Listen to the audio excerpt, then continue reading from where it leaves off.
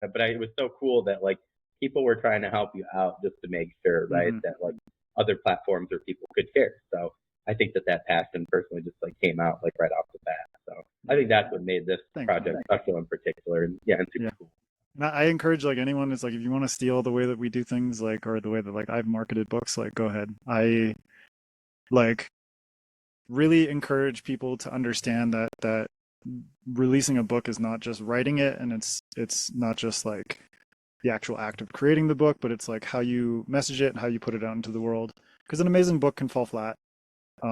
It's bound to happen at some point, and it might not necessarily be down to the fact that your story is bad. It could just be like you didn't do the right cover, or you didn't market it in the right way, and kind of, like I was saying earlier, like setting the expectations and then having that expectation kind of maintained across everything that you do, to the point where it's like when someone opens up the anthology, they're not like, what is this? Like, this is not what I thought I was in for, right?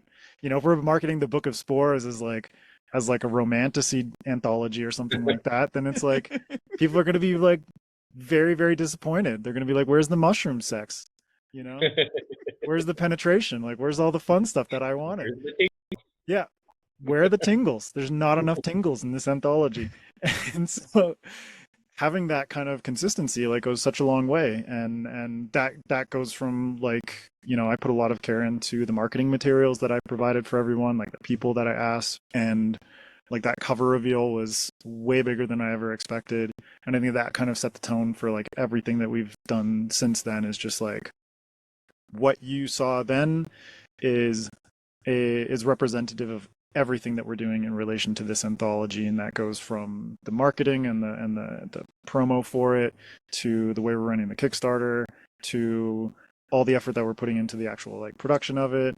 And shout out to the folks at Merrick Books, AC Cobble, and everyone, just like the effort that we're putting in behind the scenes to make sure that it's like the distribution goes smoothly, that everyone's going to get their copies with reasonably priced shipping and all that kind of stuff, that like the production is going to meet our kind of like our quality assurance standards and stuff like that. It's like across the board, we're just really, putting a lot of effort and intention into what is the actual expectation that we're setting at the beginning. And when someone receives that book and they open it up and they're just like, oh my God, like this is insane, and they're so happy to have that on their shelves, right? That's what we want to set from the get-go. Just like start to finish, just like make it as good as possible. It's why we used Kickstarter. That's the whole reason we did. Because we realized that the only way for us to make the book the way that we dreamed it could be was by using Kickstarter, because otherwise we just wouldn't have been able to put into it what we felt it needed in order to be as special as it could be. Like we've gone out and got, we had like this dream list of like, wouldn't it be great if we could have this person and have this and have this?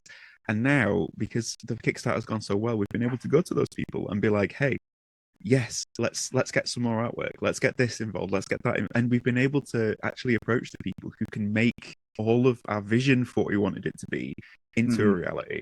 And that is entirely down to the people who backed us and who've shown that support. So we are always going to be grateful to every single person who's pledged something, because it's meant that we've been able to successfully look at what the book could be.